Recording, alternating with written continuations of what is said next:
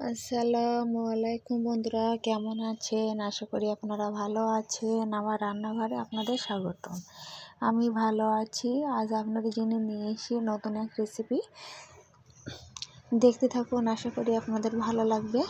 এখানে ডিমের কর্মা বানানোর জন্য 7 পিস ডিম নিয়েছি, সেদ্ধ করে নিয়েছি।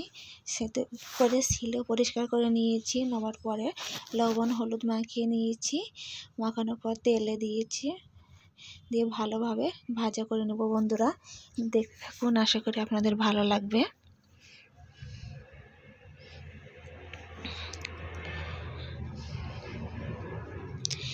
ডিমগুলো লাল লাল করে ভাজা করে নেব।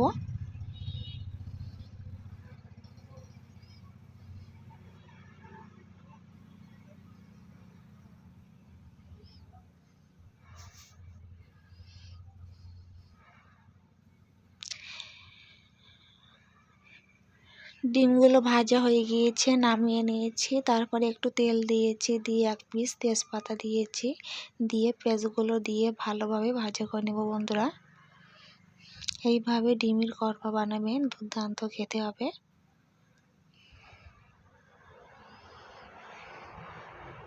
পেঁয়াজগুলো ভালোভাবে লাল লাল করে ভাজা করে নেব।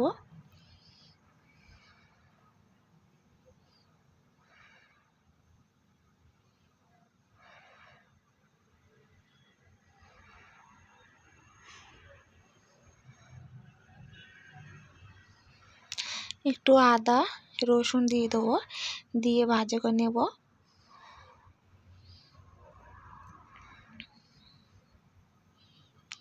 এখানে আমি টক দই ফাটিয়ে নিয়েছি। টক দইগুলো দিয়ে মশলাটা ভালোভাবে কষিয়ে নেব। বন্ধুরা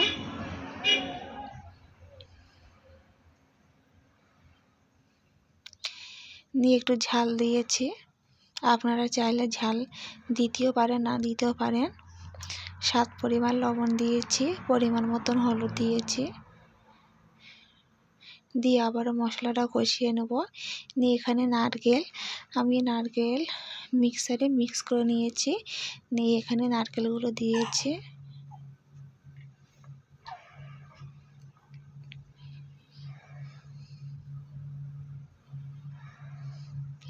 দিয়ে নারকেল দেওয়ার পর ঝোলটা ফুটে উঠলে এখানে আমি ডিমগুলো দিয়েছি। বন্ধুরা ডিমগুলো দিয়ে ভালোভাবে আবার একটু নাড়াচাড়া করে নেব।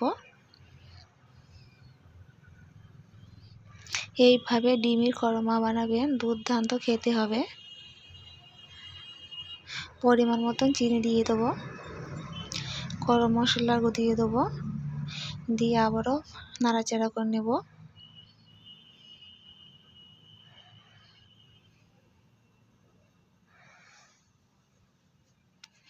এখানে আমি একটু জিরের গুঁড়ো দিয়ে দেবো, মিট মশলার গুঁড়ো দিয়ে দেবো।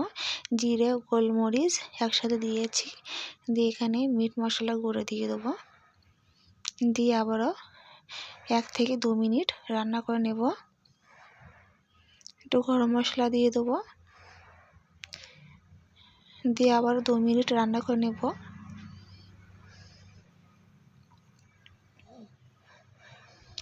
কেমন হয়েছে কমেন্ট বক্সে জানিয়ে দেবেন। ভালো লাগলে লাইক কমেন্ট শেয়ার করতে ভুলবেন না, সাবস্ক্রাইবটা করে দেবেন। বন্ধুরা দুর্দান্ত খেতে হয়েছিল, দেখুন বন্ধুরা কালারটা কত দারুণ এসছে। আজকের মতন বিদায় নেব, আবারও কোনো নতুন রেসিপি নিয়ে আপনার সাথে হাজির হব। আল্লাহ হাফেজ।